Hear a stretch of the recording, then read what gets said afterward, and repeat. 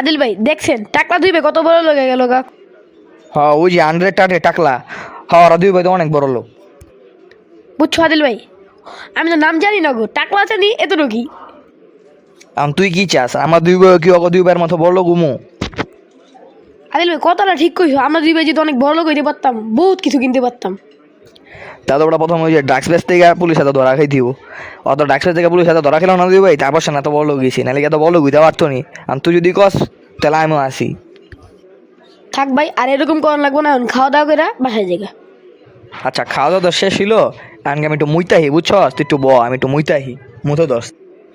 ওইসে বুঝছি, আপনি টয়লেটে যান, নাহলে যা মন তা করেন, আপনি মানি ব্যাগটা আমার দিয়া যান। আগের বার আপনি এই কামনা করছেন, মুততে গিয়া বাসায় গেছেন গা, এলা বিলটা আমার দিতেই আছে। আপনি যান, সমস্যা নাই, মানি ব্যাগটা দিয়া যান।